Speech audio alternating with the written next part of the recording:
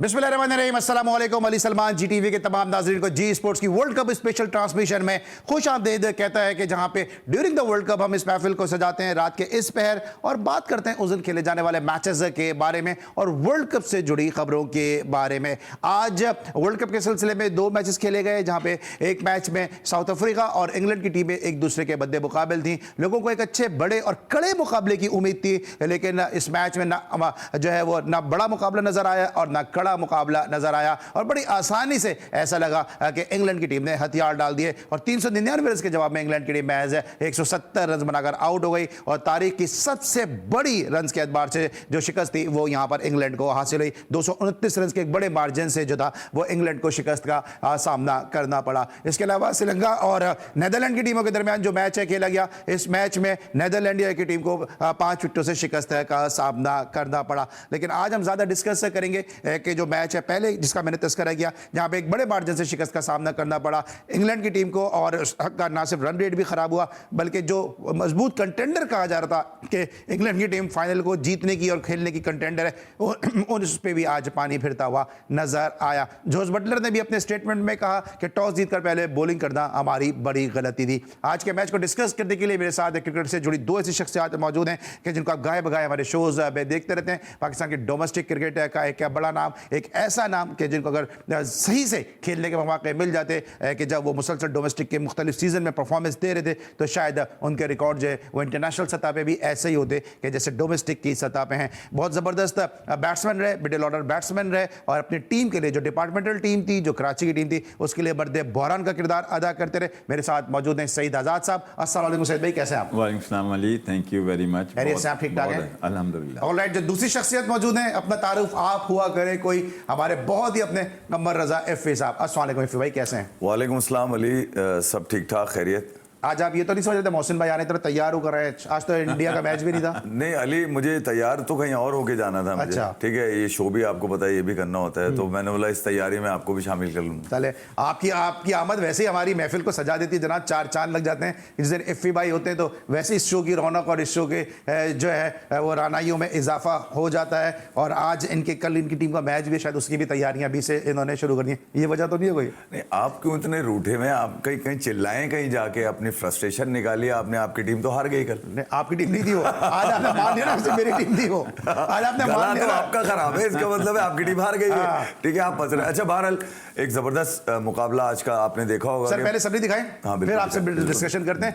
दिखाइए जनाब समरी क्या है कि आज का मैच जो मैच था या मिस मैच था उसको जरा समरी दिखाते हैं और फिर सईद भाई से रफी भाई से जरा आगाज करते हैं। 399 7 विकेटों के नुकसान पे वानखेड़े स्टेडियम में किसी भी टीम के जो सबसे बड़ा स्कोर है अगेंस्ट इंग्लैंड। क्लासन ने 109 रन की इनिंग खेली, फिर हेड्रिक ने जो 85 रन बनाए, जेनसन ने 75 रन की नॉट आउट इनिंग खेली। बड़ी जबरदस्त ये पार्टनरशिप रही, 151 रन की ऑलमोस्ट क्लासन और जेनसन के दरमियान, और ये बड़ा रिकॉर्ड भी था, उस पर भी मैं डिस्कशन करूंगा। टोपले ने 3 विकेटें हासिल की और जवाब में महज 170 रन बना सकी, 43 रन की नॉट आउट इनिंग खेली जनाब मार्कवुड ने, लेकिन उस वक्त तक बहुत मसाइल बढ़ चुके थे। और जेराल्ड क्विट्जे ने 3 विकेटें हासिल की, 2 विकेटें नेगेडी ने हासिल की और इस तरह 229 रन के एक बड़े मार्जिन से कामयाबी हासिल कर गई साउथ अफ्रीका की टीम। सर ये क्या हुआ, ये टॉस जीतने के बाद पहले क्यों क्या बैटिंग करने का फैसला दे दिया? वानखेड़े की पिच सबको ही पता है कि आज का ग्राउंड नहीं है, बहुत पुराना ग्राउंड है। मुंबई की पिच ट्रेडिशनली, क्योंकि कराची और मुंबई आपको पता है कि थोड़ा सा क्लोज भी है, एक ही सूबा था। जब आप मुतल्ला पाकिस्तान, आप तो सईद आज़ाद साहब हैं, आज़ाद साहब के आप साहबजाद हैं, तो मुतल्ला पाकिस्तान हम सब ने पढ़ी है कि जिस सिंध को मुंबई से अलग करे एक सूबा बनाया जाए। कायद आज़म के 14 निकालते एक बड़ा नुक्ता है ये। बिल्कुल। तो ट्रेडिशनली सेम पिचेज हैं। बिल्कुल। क्या वजह है कि बैटिंग दे दी पहले?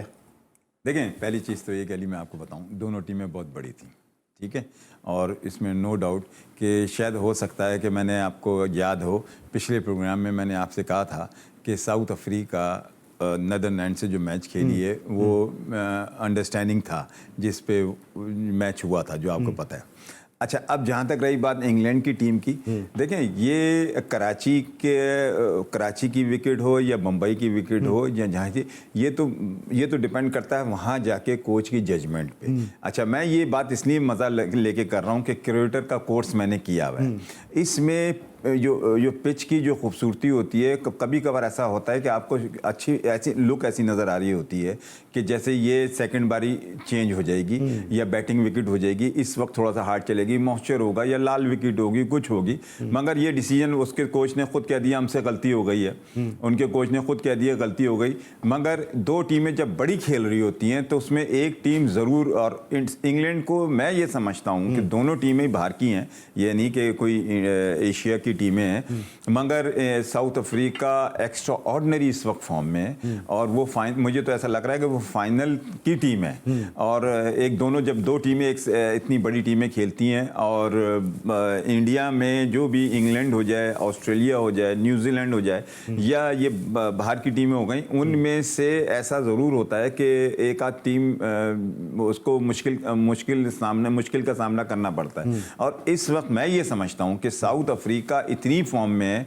किसी भी टीम को, बड़ी सी बड़ी टीम को भी उसको कम स्कोर पे आउट कर सकती है, उसको क्लैप्स कर सकती है, जो भी कहें आप। मगर यह है कि इंग्लैंड अभी भी मेरे ख्याल में इंग्लैंड का चांस है। फोर की तो टॉप 4 की टीम में तो मुश्किल हो जाएगा, बिल्कुल थोड़ा सा मुश्किल होगा, क्योंकि एक तो इंग्लैंड जो अफगानिस्तान से जो मैच हार गया वो इसको डैमेज करेगा, फिर दूसरा रन रेट जो आज 170 पे आउट हो गया वो इंग्लैंड के चांसेस को थोड़ा सा डैमेज करेगा। इफ़ भाई जो टेक्निकल बातें हैं वो तो अपनी जगह है, लेकिन जोस बटलर ने अपनी गलती भी मानी है कि टॉस जीत के पहले जो है वो फील्डिंग करना हमारी गलती थी। बड़ा कैप्टन है कि बड़ा फैसला कर लिया, यहाँ तो कोई मानता ही नहीं है, तो कहते थे कि ऊपर से विकेट नहीं मिली, 10 से 15 रन शॉर्ट रहे, पार्टनरशिप नहीं लग सकी, कोशिश करेंगे अगले आने वाले मैचेस में अब अच्छा खेलें। ये सबक तो याद हो गया होगा सबको। अली देखें यार, बिल्कुल याद है आपको, कल का भी याद दिला दूं कि टॉस जीतकर बैटिंग दी गई थी। ठीक है, तो कुछ चीज़ें बड़ी साफ नज़र आ रही होती हैं। हर आदमी, हर कप्तान एक तो रोहित शर्मा बनने के चक्करों में लगा हुआ।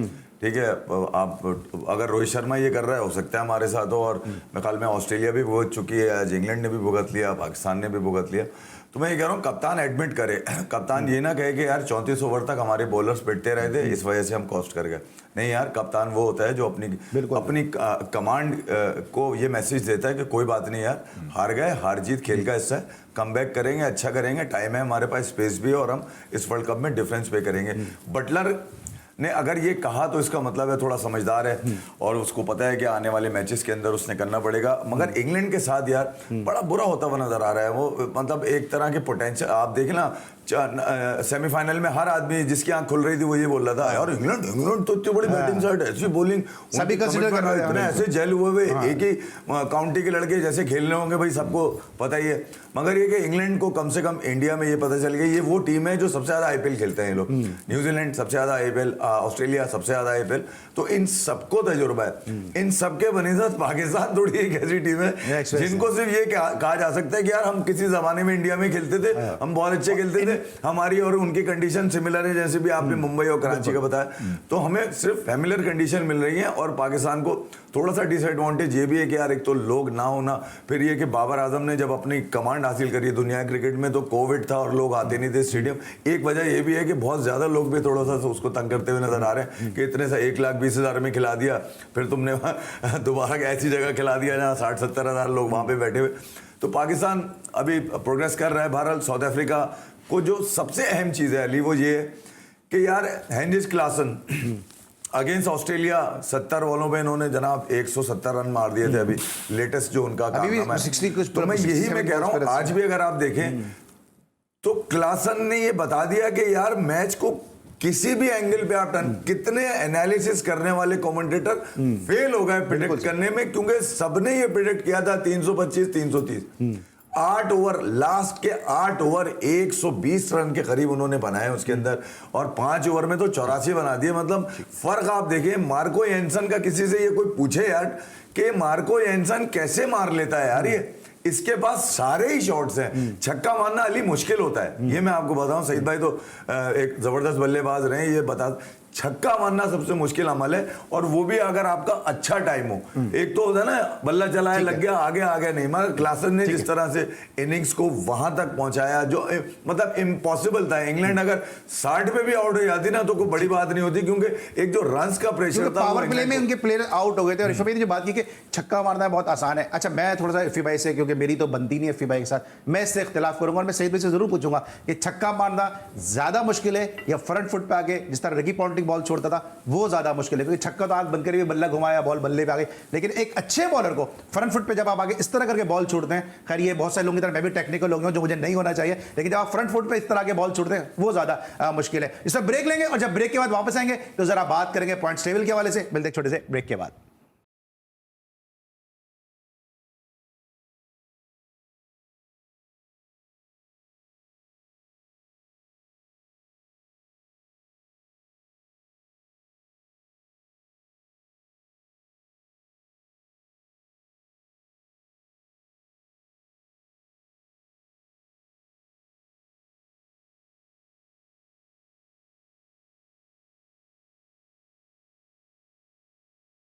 Welcome back after the break. और अब हम बात करेंगे पाकिस्तानी कमेंटेटर और Pakistani former cricketer, Pakistani former captain Waqar Younis के हवाले से, कि जो उन्होंने इंडिया की जमीन पे कदम रखते ही इस बात का फैसला कर लिया आके आ तो गए, अब यहां से जाऊंगा नहीं, मैं कुछ ना कुछ लेकर ही जाऊंगा, बैठे हैं तेरी जमीन पे, हमें कोई उठाए क्यों। ये शायद किसी शायर ने किसी और मायने में कहा था, मैंने अल्फाज भी तब्दील कर दिए, लेकिन मायने और मफहूम कुछ इसी तरह से ही हैं कि बैठे हैं राह गुजर पे, कोई हमें हटाए क्यों और कोई हमें सताए क्यों। पूरी कोशिश कर रहे हैं कि जनाब IPL का अगला कॉन्ट्रैक्ट मिल जाए। कभी मशवरे देते नजर आते हैं वकार यूनुस साहब के बुमराह से शाहीन अफरीदी को सीखना चाहिए, और आज तो उन्होंने हद ही कर दी। आज उन्होंने कह दिया कि मैं पाकिस्तानी नहीं हूं, उन्होंने कहा आप मुझे आधा पाकिस्तानी कहें। और जब कमेंटेटर हैरान रह गए कि भाई तुम आधे पाकिस्तानी हो तो फिर आधे क्या हो, तो उन्होंने कहा मैं आधा ऑस्ट्रेलियन हूं, यानी कि मैं अपने आपको ऑस्ट्रेलियन शो कर दूं और अगले IPL के अंदर कमेंट्री बॉक्स में कमेंट्री करता नजर आ जाऊं। फिर हमारे जब इफ्फी भाई ये बातें करते हैं तो हम इनको तनकीद का निशाना बनाते हैं, और फिर जब ये हमें पलट के कहते हैं तो फिर हम खामोश हो जाते हैं, हमारे पास अल्फाज नहीं होते। इफ्फी भाई ये कमेंट्री का लेने का असाइनमेंट का चक्कर है और क्या है? आप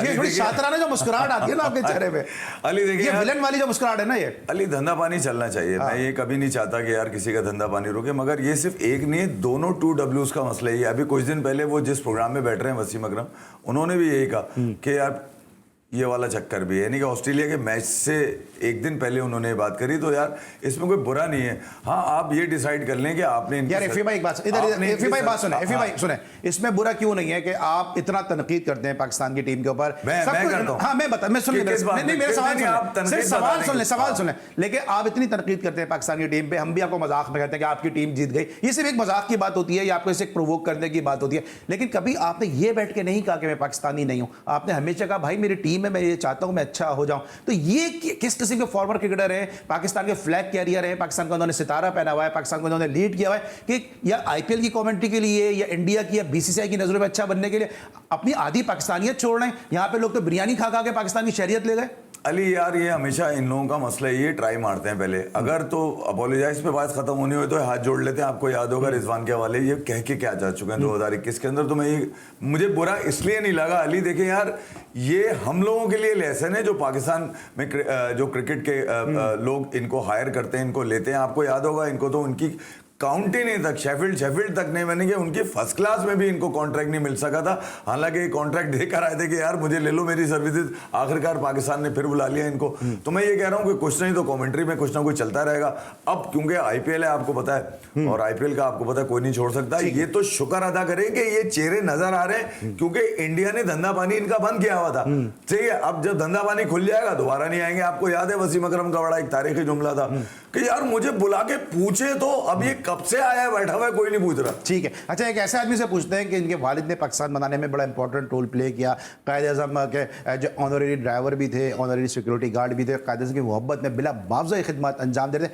इनको ये बयान सुन के कितना अफसोस हुआ, या किस तरह इसको इनको इस बयान को ये लेते हैं? सर आपको कैसा फील होता है कि एक प्लेयर जो है वो कमेंट्री का असाइनमेंट है ना, और तो कुछ भी नहीं है, और खुदा न करे घर में फाके तो नहीं हो रहे वकार यूनुस के, आधी पाकिस्तानियत छोड़ रहे हैं। हम तीनों ऐसे लोग बैठे, बल्कि इवन मेरा कैमरामैन भी, प्रोडक्शन टीम, मेरे चैनल का हर आदमी, कि पाकिस्तान के नाम पे हम अपनी गर्दन कटा दें, ये कमेंट्री कॉन्ट्रैक्ट के लिए आधी पाकिस्तानियत छोड़ रहे हैं। अली ये मुझे पता चला था, ये उसने बोला है, यकीन करें कि बहुत अफसोस हुआ, दुख हुआ है सर, दुख इतना दुख हुआ, इसलिए कि इसकी हिस्ट्री में थोड़ी सी आपको मैं बताऊं कि छोटी सी फैमिली से ताल्लुक़ था, बूरे वाला से, व्याड़ी से, इसलिए कि साथ का खेला हुआ है मेरे। तो अब जिस मुकाम पे बैठा हुआ है इसको ये सोचना चाहिए कि पाकिस्तान की वजह से बैठा हुआ है। आज जो कुछ भी है पाकिस्तान की वजह से है। और आज ये जितने भी मैं और दूसरे भी प्लेयर मैं जो कहता हूँ कि जो पाकिस्तान छोड़ के गए हैं, आज वहाँ अगर उनको इज्जत मिली हुई है और जो इस काबिल हुए हैं कि दुनिया जानती है, वो पाकिस्तान की वजह से। इस अल्फाज से ये उनको इज्जत नहीं मिली, उन्होंने अपना करैक्टर शो किया है कि हम पिछले बैकग्राउंड हमारा क्या है। देखें, ये खानदानी होने की निशानी है। ये बगैर जिसे कहते हैं ना, पीछे कुछ भी नहीं, बस उनको पैसा चाहिए था, उनको वो मिलना था, एक शोहरत मिलनी थी और वो उन्होंने ली और वो पाकिस्तान को भूल गए। ऐसा नहीं तो मुझे तो याद पड़ता है कि अपनी ज़िंदगी में अभी जैसे मैं हफीज़ से मिला था अगले 2 साल पहले, तो बड़ी अच्छी मेरी मुलाकात रही। तो हफीज़ ने मुझसे एक ऐसी बात बोली कि यकीन करेंगे मुझे उस बात में मैंने कहा यार ये उसने कहा मैं ज़िंदगी भर आमिर के साथ नहीं खेलूंगा, इसने पाकिस्तान ऐसे को लोग बेचा। भी हैं। ऐसे लोग भी हैं। हाँ। तो उसने मैं नहीं लोग हैं सर, उसने कहा मैं नहीं खेलूंगा। इस कुर्सी पे मोहसिन खान बैठते हैं, वो नहीं, कहते उसके हैं। अल्फाज सुने, उसने कहा मैं नहीं खेलूंगा। वो उसके साथ बैठना नहीं चाह रहा था। एक वो भी पाकिस्तान का स्टार है। इससे पता चलता है खानदान का, इससे पता चलता है बैकग्राउंड का। अगर वकार यूनिस ने बात बोली है तो बहुत उसको ये अपोलोजाइज करना चाहिए वाकई, इसलिए कि लाखों लोगों का, करोड़ों लोगों का। मुझे ब्रेक पे आना है। ये जो कह रहे हैं, जिस कुर्सी पे बैठे हैं, इस कुर्सी पे मोहसिन खान बैठते हैं और मोहसिन खान हमेशा कहते हैं कि मैं पाकिस्तान के नाम को टेंट नहीं करूंगा और ऐसे लोगों के साथ नहीं बैठूंगा मैं थोड़ा सईद भाई ने बड़ी अच्छी तरफ लेकर आ गया। मुझे याद है 2016 और आमिर की वापसी सेठी साहब की गोद में हुई। सब जानते हैं सेठी साहब उनको लेकर आए थे और मोहम्मद हफीज़ और अजहर अली, इन दोनों ने की डिमांड ये थी कि हम मोहम्मद आमिर के साथ इवन मिसबा भी नहीं खेलेंगे और मिसबा भी उनके साथ शामिल थे, क्योंकि आपको पता है सारा एक ही रीजन लगा हुआ था पूरा। तो हुआ क्या उसके अंदर, मेरी आंखों ने क्या देखा? मेरी आंखों ने देखा अपने क्रिकेट करियर बचाने के लिए मोहम्मद हफीज़ लंदन चले गए, इंग्लैंड टूर पे चले गए और हफीज़ भी खेले, अजहर अली भी खेले। 2017 की चैंपियंस ट्रॉफी इस बात का सबूत है। देखें यार, आपसे गलती होती है, आप एडमिट करें मुझसे गलती हुई है, ख़त्म बात। ऐसा तो नहीं है भाई, सबके लिए माफ़ी है यार। आप एक दफ़ा बोलें तो यार कि मुझसे गलती हो गई, और आप गलती को अगर एक्सेप्ट नहीं करेंगे। देखिए, वकार यूनुस है, वसीम अकरम है, इससे पहले भी बहुत सारे लोग ये कुछ कर चुके हैं। मुझे इनसे कोई लेना देना नहीं है, ये अपने आप को पाकिस्तानी बोलें ना बोलें, मगर लर्निंग उन लोगों के लिए जो इनको ऑफर्स करते हैं, जो इनको बड़ी बड़ी चीज़ें देते हैं, ये इनके दरवाजे ये वाले बंद होने चाहिए। ठीक है, आप जब तक ये दरवाजे बंद नहीं करेंगे, इस तरह के लोग आपको मिलते हैं। और जो बात कर रहे हैं, अजहर अली की बात कर रहे हैं, मिसबा की बात कर रहे हैं और साथ साथ हफीज़ की बात कर रहे हैं, तो उस वक्त क्रिकेट बोर्ड ने ये क्लियर मैसेज दे दिया था, भाई अगर आपने इनके साथ नहीं खेलना तो ना खेलें, ये तो खेलेगा, आप अपना फैसला कर लेंगे आपने क्या करना है। तो प्रोफेशनल क्रिकेटर है, अपना कैरियर उन्होंने बचाया। लेकिन ये एक बहुत बड़ी बात है कि आप अपनी आधी पाकिस्तानियत छोड़ रहे हैं और अपने आपको सिर्फ और सिर्फ कमेंट्री असाइनमेंट के लिए, कॉन्ट्रैक्ट के लिए आप कह रहे हैं कि जी पैसा कमाने के लिए, पैसा कमाने के लिए जो आधा अजहर भाई का भी मुझे इतला है कि वो भी इंग्लैंड ब्रिटिश पासपोर्ट बहुत सारे वाला है। अभी पिछला अभी पिछले जितने भी कोचेज आए थे पाकिस्तान में सब ब्रिटिश थे, ऑस्ट्रेलियन थे। कोई ये कौन सी लोग थे जो सब आ रहे थे? मैं तो पिछले 3-4 सालों से कह रहा हूँ कि पाकिस्तान की क्रिकेट में लंदन प्लान आता है। आप देख लें, आपका जितना कमबैक होता है लंदन से होता है, जितने कोचेज आते हैं लंदन से आते हैं। मानी साहब आए, मानी साहब अपने साथ एक बच्चा कंधे पे बिठा के लाए जिसका नाम मोहम्मद वसीम था, वो भी लेस्टर से निकल कर आए। उन्होंने आते ही आपके कप्तान को ब्लैकमेल किया, ठीक है, और उसके बाद उससे तीनों फॉर्मेट की कप। मैं ये कह रहा हूं कि पाकिस्तान की क्रिकेट में अगर लंदन को आप बाहर कर देंगे ना सबसे पहले, भैया वो क्या क्राइटेरिया है? देखें सईद भाई, अगर यहां से बच्चा जाकर वहां परफॉर्म करता है तो बेसिक तो यहां से लिए, काउंटी के मजे क्यों? उसकी परफॉर्मेंस पे पाकिस्तान पे क्यों थोप? बिल्कुल सही है, लेकिन जिसको खिलाना है उसको आप काउंटी की परफॉर्मेंस देख लेते हैं, जिसको नहीं खिलाना उसको कहते हैं भाई डोमेस्टिक सीजन में जो है वो उसने क्या किया है। आज भी उमर अकमल ने जो है वो वेलकम किया है पाकिस्तान के former prime minister Nawaz Sharif साहब को, और इससे पहले भी इंग्लैंड में जाके तरह कह रहे हैं लंदन प्लान, तो इससे पहले भी लंदन में जाके वो नवाज शरीफ साहब के साथ नाम बता सकता हूं, खिलाड़ी बता सकता हूं। कुछ लोग तो ऐसे ब्रेक पे आना है, उस वक्त भी पाकिस्तानी नहीं थे, ब्रिटिश थे, और वो पाकिस्तान से T20 खेलते थे, खुला खेलते थे। तो यार ये कौन सा था? खेलते थे, कहां से आए हुए थे? खेलते थे, बिल्कुल खेलते थे, लेकिन ऐसा नहीं था कि अपने मुंह से कहते थे कि मैं भी पाकिस्तानी नहीं हूं। अगर आप ये कह रहे हैं कि मैं आधा ऑस्ट्रेलियन हूं, इट मींस कि अगर आप ये कहते हैं आधा गिलास खाली है तो इट मींस कि आधा गिलास भरा हुआ है। और इसी तरह अगर आप कहते हैं कि आधा ऑस्ट्रेलियन हूं तो इट मीन कि आप जो है वो आधे पाकिस्तानी भी नहीं हैं। जनाब, इसमें लेंगे ब्रेक, और जब ब्रेक के बाद वापस आएंगे तो मजीद गुफ्तगू करेंगे। मिलते हैं छोटे से ब्रेक के बाद।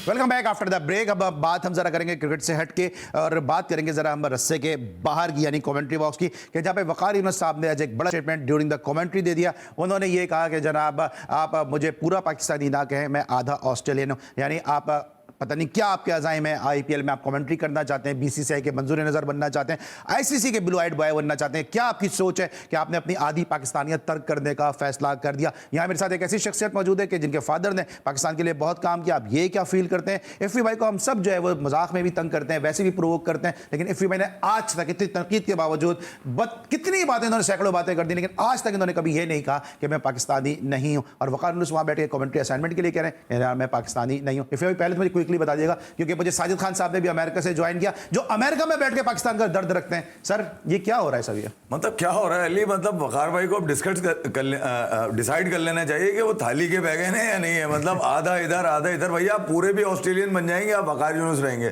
मगर ये क्या अपनी आइडेंटिटी रखें आप कहीं ना कहीं। आप ऑस्ट्रेलियन बनना चाह रहे हैं, खुल के बोले ना यार। आधा आधा तो आधा तिधर आधा बटेर, ये क्या सीन है? आप क्या कहेंगे सर जी? आपको अफसोस यार अली, ये तुमने बात बताई, मुझे तो रियली बहुत अफसोस हो रहा है इस वजह से कि दुनिया में उसने इतना पाकिस्तान की वजह से नाम कमाया। और दूसरी चीज़ है कि मैं एक चीज़ बताऊं, इसने ये अल्फाज जो बोले हैं ना, इससे दो चीज़ें निशानी है, या तो एजुकेशन की कमी है या फिर उसका बैकग्राउंड की कमी है। मगर ये है कि ये बहुत ही बड़ी उसने ऐसी बात की है कि लोगों को दुख हुआ होगा, पूरे पाकिस्तानियों को दुख हुआ होगा इसने कि वकार सर हम ये लोग हमारे हीरो हैं, इनकी एक झलक देखने के लिए, ऑटोग्राफ लेने के लिए, इनके साथ तस्वीर लेने के लिए लोग लाइनें लगाते हैं। और ये जब वहां जाते हैं तो कहते हैं कि हम तो आधे पाकिस्तानी नहीं आधे ऑस्ट्रेलियन है, कि शायद अगला आईपीएल का हमें कॉन्टैक्ट मिल जाए। साजिद खान साहब अमेरिका से हमारे साथ मौजूद हैं। साजिद भाई, इसी शो में आप पाकिस्तान क्रिकेट के लिए, पाकिस्तान क्रिकेट की बेहतरी के लिए आप रो पड़े। मैंने आपसे कहा था उस दिन शो में कि आप अपना ख्याल रखिए, आप अमेरिका में अकेले हैं या पाकिस्तान से मोहब्बत में, आप सरफराज के लिए पाकिस्तान से मोहब्बत में, पाकिस्तानी खराब परफॉर्मेंस पे आपने आंसू बहा दिए, लेकिन आपने कभी ये नहीं कहा कि जी मैं अमेरिका में बैठा हूं, मेरा पाकिस्तान से कोई सरोकार नहीं है। ये आपके दोस्त रहे ना, ये एक जमाने में आप बड़े इनके साथ रहते थे वकार यूनुस के, ये इन्होंने क्या स्टेटमेंट दिया वहां पे? बहुत शुक्रिया ग्रेट अली सलमान, ग्रेट सईद आजाद को और इफ़ी भाई को बहुत बहुत सलाम। मुझे खुद समझ में नहीं आ रहा, भूरे वाले से इनका ताल्लुक है और भूरे वाले से ताल्लुक होने के साथ साथ चौधरी फैमिली से ताल्लुक है और उनके वालिद की बड़ी मेहनत थी और यकीनी तौर पर इनके एक भाई पायलट है, खुद वर्ल्ड क्लास प्लेयर है। जब इनको सारे लोग छोड़ के चले गए, कराची में इनकी कमर खराब थी, इमाम क्लिनिक में कोई नहीं रहा, मैं उनके पास रहा और इन्होंने तो आज मेरा शर भी शर्म से दुखा वकार इंसाफ एशियन कप में जब अनफिट थे इमाम क्लिनिक में, मैं आपके पास अस्पताल में रहा, मगर आज मुझे बचाने पे मजबूर करना पड़ गया। आप मेरे दोस्त भाई थे, पाकिस्तान के साबिक कप्तान, वर्ल्ड फास्टेस्ट बॉलर। मैं नहीं समझता अली सलमान ने जो बात बोल दी ना अल्फाज में, इंट्रो में, आईपीएल की चमक यकीनी तौर पर बहुत ही इंपॉर्टेंट है। और जिस चैनल पे बैठ रहे हैं तो वो अली सलमान, मैं आपको सलूट पेश करता हूँ। ये अल्फाज जो इफ़ी और सईद आजाद भी समझ सके, जो अल्फाज आपने बातों में बोली और जिस जगह वो बैठ के बात कर रहे थे, मेरी कुछ समझ में नहीं आता किस तरफ जा रहे हैं, किस तरफ वो दुकान चमकाना चाह रहे हैं। और बहुत इंपॉर्टेंट है, डॉलर में बहुत चमक है। ये आज से तो नेचुरिटी नहीं है उनके पास, नेचुरिटी से पिछले 10 साल के बाद है, 10 साल से उनके पास। ठीक है, देखिए क्योंकि देखिए ऐसे भी लोग हैं, आप जैसे लोग हैं, सईद भाई यहाँ बैठे हुए, इनके फादर ने पाकिस्तान के लिए काम बहुत किया, तहरीक पाकिस्तान में। जिस कुर्सी पे इस वक्त सईद आजाद साहब बैठते हैं, मोहसिन हसन खान साहब बैठते हैं, जिन्होंने अपना जो चैनल से जो था वो आईपीएल का अपना कमेंट्री का अपना प्रोग्राम का असाइनमेंट छोड़ दिया। उन्होंने पीएसएल के अंदर, मैं गवाह इस बात का, पीएसएल में मोहसिन हसन खान साहब ने प्रोग्राम नहीं किया कि जनाब पाकिस्तान में पीएसएल होगी, मैं करूंगा। मियादाद जो है आपको पता है यहाँ पे ललकारते हुए नजर आ रहे होते हैं जब पाकिस्तान पे बात होती है। फलस्तीन के लिए हमारे प्लेयर जो हैं वो सब फलस्तीन के झंडे उन्होंने जो है वो ट्विटर पे पोस्ट किए। ये एक कमेंट्री के कंटेंट के लिए आधी पाकिस्तानियत इन्होंने छोड़ दी। देखिए अली सलमान, जो बात आप कर रहे हैं 200% सही है। जो आप बात कर रहे हैं उसको उनको सोचना चाहिए, समझना चाहिए। क्या आपका निकला हुआ अल्फाज जो हमारी टीम की कारकर्दगी है, फिर आप लोगों को हम बार बार जिक्र कर रहे होते हैं और दोस्त के नाते नहीं, पाकिस्तानी के नाते। जहां मैं आप बात करो नेशनलिटी आज की नहीं है, मगर ये कमेंट्री तो आज कर रहे हैं ना, उस जो जगह बैठ के। और आईपीएल के हवाले से जो बात आप कह रहे हैं उस बात में बहुत सकाता है, बहुत हकीकत है, बहुत इंपॉर्टेंट बात होती है, आप लोगों के रोल मॉडल हैं, पाकिस्तान के ग्रेटेस्ट प्लेयर। आप मुझे बताइए कितने दिन हो गए भाईजान ने हाथ हटा लिया। आज भाईजान जो है एक निजी चैनल में बैठ के कमेंट्री कर रहे होते, उनके मुंह के अल्फाज ही सीख लो, उन्हीं के साथ सीख लो। मगर अली सलमान आपको मुबारक हो साहब, आप baby of team foreign leading को आप बी कॉन्टेक्ट दे दिया। बी कैटेगरी का क्या हो रहा है, किस तरफ जा रहे हैं? उसको तो एक कैटेगरी देना चाहिए था। और मैंने जैसा कहा था वर्ल्ड कप के बाद रोक सकते हो तो रोको, कप्तान जा रहा है, आ रहा है सरफराज अहमद, टेस्ट मैच का कप्तान आ रहा है। देखिए बात ये नवाज शरीफ साहब जिस तरह वापस आए तो सरफराज की भी वापसी हो रही है, 100% हो रही है। क्वालिटी ऑफ क्वालिटी जी बोले साहिब भाई। नहीं, नवाज शरीफ देखें सईद रजाद साहब, इफ्फी भाई और Ali Salman great host. 2017 ICC champions trophy, फिर हाल ही में 2 उसने टेस्ट मैच में कमबैक किया, जो ओडीआई में कारकर्दगी दिखाई। मौजूदा हालत को देखते हुए, कारकर्दगियां देखते हुए, लाइकिंग डिसलाइकिंग देखते हुए, प्लेयर पावर देखते हुए, सेंटर कॉन्टेक्ट देखते हुए, एक ही बात होगी हर जगह सरफराज अहमद जो सच्चा पाकिस्तानी है, मुल्क के लिए खेलता है, टीम को जोड़ता है, इख्तलाफात नहीं करता, हर खिलाड़ी उसकी बात कर रहा है। तो पाकिस्तान के लिए सोचो। मैं वकार को क्योंकि इंटरनेशनल लाइन पर हैं और अभी हमें ब्रेक भी लेना है। ये मोहम्मद यूसुफ ने कहा कि कराची की क्रिकेट को आप इतना सरफराज के लिए बोलते हैं, शायद मैं बहुत ज्यादा सरफराज के लिए बोलता हूं, जिनको बोलना चाहिए शायद वो सरफराज के लिए इतना नहीं बोलते। अभी मोहम्मद यूसुफ ने एक चैनल के ऊपर इंटरव्यू में कह दिया कि कराची की क्रिकेट को बाबर आजम और नदीम उमर बहुत नुकसान पहुंचा रहे हैं कि इन्होंने सऊद शकील जैसे प्लेयर को खिलाया नहीं। इस पे आपका क्या टेक है?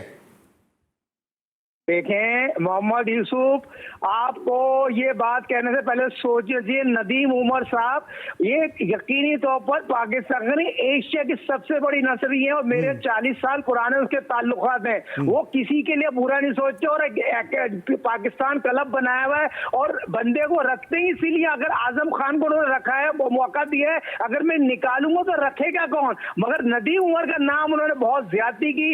मोहम्मद यूसुफ साहब आपने बहुत बड़ी ज्यादती उमर का नाम उन्होंने ज्यादती की, लेकिन आजम खान का नाम लिया, फिर वो इसका मतलब है वो सही कहा उन्होंने? नहीं, देखिए लाइकिंग डिसलाइकिंग है ना।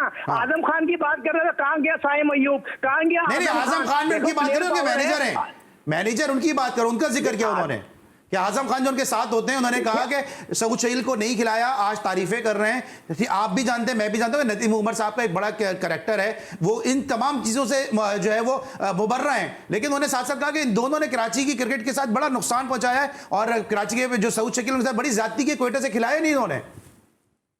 नहीं, आजम खान जो पाकिस्तान सीसी के मैनेजर हैं और 10 प्लेयर किसी टीम में नहीं है, टेस्ट प्लेयर रखे, सारे खेलते हैं। और सबसे बड़ी बात है, उन्होंने आजम खान के लिए बात करा, मैं समझा वो आजम खान जो टेस्ट कोच है, भाई आजम खान की बड़ी सर्विस है और नदीम उमर को क्रेडिट जाता है। इस मुश्किलात के दौर में लोग चूल्हा चलाते हैं, क्रिकेट को करते हैं और क्रिकेटर को प्रमोट करते हैं। जहां रही सऊद शकील की बात, और सऊद शकील जो है पाकिस्तान के लिए एक सुपरस्टार बन के सामने आया है और उसने जो कारकर्दगी दिखाई है उसका कोई मिसाल नहीं है। और thank you so much Sahib भाई, हमारे साथ आप मौजूद थे। एक मिनट मुझे सर ब्रेक में जाना है। उसके बाद सरफराज अहमद को दूंगा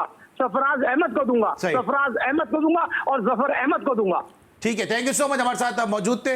और मोहम्मद यूसुफ का बयान लेना इनसे इसलिए कराची क्रिकेट में साहिद भाई की बड़ी गहरी निगाह है और मोहम्मद यूसुफ ने एक बड़ा स्टेटमेंट दिया, उसको डिस्कस करना बड़ा जरूरी था। ब्रेक के बाद जब वापस आएंगे तो एक और बयान आ गया, जरा उस पर हम जरा बात करेंगे एफए भाई से, क्योंकि विराट कोहली की सेंचुरी को चेतेश्वर पुजारा ने क्रिटिसाइज कर दिया है। अब एफए भाई क्या कहते हैं ये जरा सुनेंगे ब्रेक के बाद।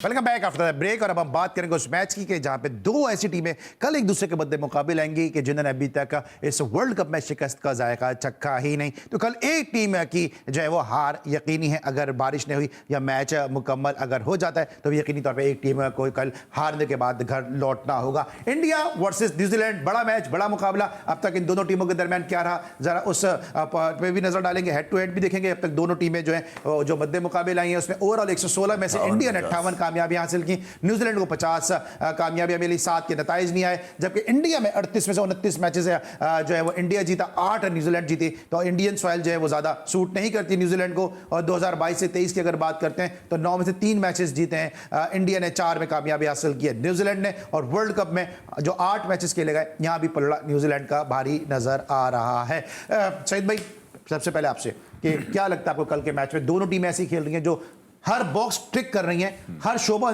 दोनों टीमों का पक्का है, लेकिन फिर भी किसको एडवांटेज ज्यादा है? देखिए, ये तो अंडरस्टूड सी बात है। टीमें तो दोनों इस वक्त इस टूर्नामेंट में बड़ी टीमें हैं और दोनों जीतती जा रही हैं, मगर इस वक्त एडवांटेज उसी को होता है जो उसकी कंट्री में हो रहा होता है। इंडिया को एडवांटेज सबसे ज़्यादा यही है कि उसकी कंट्री में ये हो रहा है, क्राउड उसका अपना है, प्रेशर उसको कम होगा।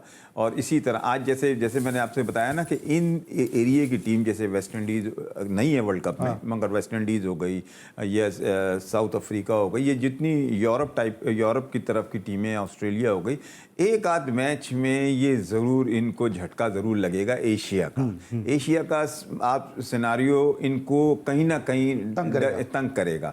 और ये इस वक्त कल जो अगर एज है वो इंडिया को फायदा आप क्या कहते हैं सर? अली, पूछना ही बेकार है आपसे पूछना। मैं आपको बता देता हूँ, एक डिसएडवांटेज इंडिया को आया है। हार्दिक पांड्या का एंकल आपको पता है वो 29 अक्टूबर तक तो अवेलेबल नहीं है, मगर ये कि शायद उनकी जगह जिसको भी वो ऐड करते हैं, शार्दुल ठाकुर तो हो गए, शामी को मैं ख्याल में ऐड किया, या सूर्य कुमार बैटिंग में एक बढ़ाएंगे कुछ ना कुछ। मगर ये कि इंडिया को धर्मशाला में अब देखना ही होगा अब तक की जो सूर्य कुमार की क्या खबर है? सूर्य कुमार हुए, शुभमन गिल अब तो फिटनेस तो हो गई, लेकिन अभी भी कह रहे हैं प्रॉपर फिट नहीं है, क्योंकि इत्तला दी कि शेखर धवन को भी तैयार रखने का कह दिया गया है। यार शेखर तो है ही नहीं इनके, नहीं अभी स्क्वाड में तो नहीं है, लेकिन रिजर्व में से तो ले सकते हैं ना। नहीं वो तो एक अलग बात है, इनका अपना होम ग्राउंड पर। और मगर इंडिया को एडवांटेज है, सईद भाई ने बिल्कुल ठीक कहा। एक तो उनकी अपनी कंडीशन का एडवांटेज है, और फिर दूसरा है कि इंडिया को बदला भी लेना है 2019 का, और मैट हेनरी को खास तौर पे आपको पता है बड़ी अच्छी लीड से उन्होंने, इंडिया फेवरेट उसमें भी चला गया था, मगर एक अच्छी लीड से न्यूजीलैंड ने मार के इनका सफर खत्म कर दिया था। इंडिया के पास अब मुकाबला है न्यूजीलैंड को भी। अगर आप देखें अली, ये चारों, जैसे आपने कहा, चारों बॉक्सेस टिके हैं उनके, वो अच्छी लीड से मारते हुए हैं। इंडिया का भी यही अच्छी विकेटों से हराते हुए हैं चारों बड़े। हाँ, मैं एक आपकी बात को कर दूं सर, मुझे लग रहा है कुर्सी का सर है। ऐसा हुआ क्या? नहीं, मैं इसलिए कह रहा हूं कि इंडिया का ना जो इस वक्त उसका कप्तान है, एक्स्ट्रा ऑर्डिनरी उस नंबर पे खेल रहा है, और ये नंबर वनडे के हिसाब से जिस नंबर पे बैटिंग करता है वो अपना क्या नाम है इंडिया का कप्तान का, रोहित शर्मा जिस तरह से खेल रहा है और जिस तरह से कॉन्फिडेंस, देखिए कप्तान हो और वो और परफॉर्म कर रहा हो, टीम वैसे ही उठी रहती है। और अगर वो आउट हो जाता है जल्दी तो जरूर फर्क पड़ेगा, इसलिए कि आउट ऑफ वे 15 ओवर है, बहुत अच्छा यूज कर। अली देखिए यार, रोहित शर्मा जब से अपनी फॉर्म में आया, आप समझ लीजिए कि अगेंस्ट ऑस्ट्रेलिया जो होम सीरीज इनकी हुई थी, वहीं से रोहित शर्मा ने अपनी फॉर्म को कंटिन्यू किया और वो अभी तक कंसिस्टेंट है। और फिर जो बड़ा फर्क है वो ये है कि यार ये ऊपर से छक्के इतने मार देते हैं, एक तो छक्का एक्सपर्ट है, उनका मिजाज ये है कि बड़ा जारियाना है, वो कोशिश करते हैं मेरे 50 आए, 60 आए, 100 भले ना आए, मगर ऐसा इम्पैक्ट हो उनका कि नीचे आने वाले पे कोई प्रेशर ना हो, उसको लगे कि बड़ा आसान कंडीशन है। और अच्छा चलिए, ये तो डिस्कस करेंगे। ये भी जो विराट कोहली ने 100 किया, बड़ी इस पर ले दे, और ये अंपायर ने वाइड करार दी। अब ये सेंचुरी आपको सरकारी सेंचुरी नजर नहीं आएगी कि जो एक सेकंड सुन लेना, जो ग्राउंड के अंदर हेड कर रहा था वही सरकार होता है ना, ये सेंचुरी सरकारी नजर नहीं। इस पे आपने एक लफ्ज नहीं बोला। मेरे मामू तो है नहीं, रिचर्ड एलिंगवर्थ जो, नहीं वो तो अब्बू जो है, ठीक है, मामू नहीं तो अब्बू तो है, वो तो क्रिकेट के अब्बू है ना। अब सुने, अब मैं आपको बता देता हूँ, चलें ये भी ले लें। देखिए 2 रन रह गए थे, वो वाइड अगर हो जाती तो बराबर था। विराट अगर सिंगल पे 100 करता, अगली वाइड तो आपको याद है ना सहवाग की सेंचुरी रुकी थी सूरज रणदीप ने। यार अगर हो जाती वो नहीं बताया मुझे। अब मैं ये कह रहा हूं कि वाइड क्यों नहीं दी? वाइड थी हो भाई, अंपायर से पूछे ना यार, आईसीसी का अंपायर। मैं सर ये पूछ रहा हूं वाइड थी या नहीं थी, आपको क्या लगता है? अली हुआ करे यार, नहीं थी या नहीं थी। देखिए अंपायर की वकालत है आपके अंदर, अंपायर की अपनी वकालत है आपके अंदर, कि मेरे अंदर क्यों? सच बोले ना। अरे उससे पूछे ना, उसको पाल रहा है आईसीसी पाल रहा है उसको पकड़े आप। भाई मैं तो सिर्फ आपसे पूछ रहा हूँ, आप क्रिकेट ये एनालिस्ट भी हैं। आप जैसा पे डाल दें, जैसा ने वाइड नहीं होनी थी। क्रिकेट एनालिस्ट हैं, मैं आपसे पूछ रहा हूँ यार अगर अली वाइड भी देता तो बराबर होता है, स्कोर अच्छा, जीता तो फिर भी नहीं था। आप बताएं, वाइड थी नहीं थी वो? मैंने नहीं देखी। आपने नहीं देखी? मैंने लेकिन देखी नहीं। अगर मैंने देखी होती तो मैं इस पे जरूर डिबेट करता। मैंने देखी नहीं। अगर एक चीज है, लेफ्ट साइड से जा रही है नहीं, वाइड ये भी 100 के लिए। ये बातें सुनने के लिए, मगर मैं ये समझता हूँ as a cricketer, Virat Kohli को अगर ये एडवांटेज दिया तो सही दिया। यार रिकॉर्ड तो रिकॉर्ड है ना यार, रिकॉर्ड ये आपने फीलिंग्स है, ये फीलिंग्स वाइड। चले ठीक है, लेकिन आपको याद है सूरज रणदीप ने ऐसी एक एक्स्ट्रा बॉल कर दी थी और वाइड हो गई थी, इसकी वजह से सहवाग की सेंचुरी हो सकी थी। अली देखिए यार, ये अंपायर की सवाबदीद है। कल भी जब पाकिस्तान ऑस्ट्रेलिया, सर वो तो मैं मान रहा हूं, लीजिए आप सुनते भी तो नहीं है, उकसाने में आप नंबर 1। मैं ये कह रहा हूं, कल जब पाकिस्तान ऑस्ट्रेलिया मैच हो रहा था उस वक्त भी डीआरएस अवेलेबल नहीं था। बाकायदा बताया गया था कि अंपायर का फैसला आखिरी फैसला होगा। ठीक है, जब अंपायर की सवाबदीद है, वो किसी को मतलब जवाब दे ही नहीं है किसी बात का, उसकी मर्जी है ना दे। सरकारी सेंचुरी थी नहीं, लोगों ने सरकारी सेंचुरी सरकारी थी नहीं। अब सुन लीजिए, लोगों ने इशू क्या बनाया, अबे भैया इससे मेलबर्न में जो है अंपायर को इशारा किया, अंपायर ने, अबे तो वो विराट कोहली है, वो अगर अंपायर को इशारा करेगा तो करना पड़ेगा उसको भाई, खत्म। सरकारी सेंचुरी थी नहीं थी अली, सरकारी तो वो थी ना, सरकार की वजह से हुई ना। मारी। अरे यार क्या बात कर रहे हैं आप? नहीं तो यार उसको सॉल्व करने दो। चलो, थैंक यू सो मच सहीद भाई हमारे साथ मौजूद, thank you so much Qamar Jeffrey साहब हमारे साथ मौजूद थे।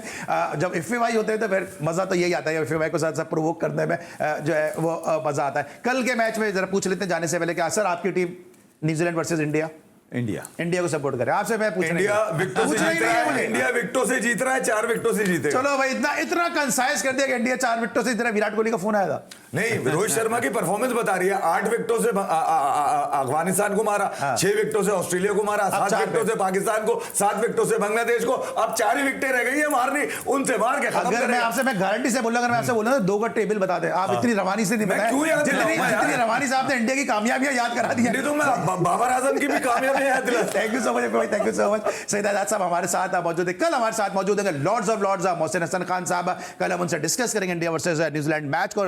हमारे अपने कमर जैफरी साहब भी कल इस शो को रौनक बख्शेंगे। कल तक के लिए अली सलमान को पूरी प्रोडक्शन टीम के साथ इजाजत दीजिए। अपना बहुत ख्याल रखिए। अल्लाह हाफिज।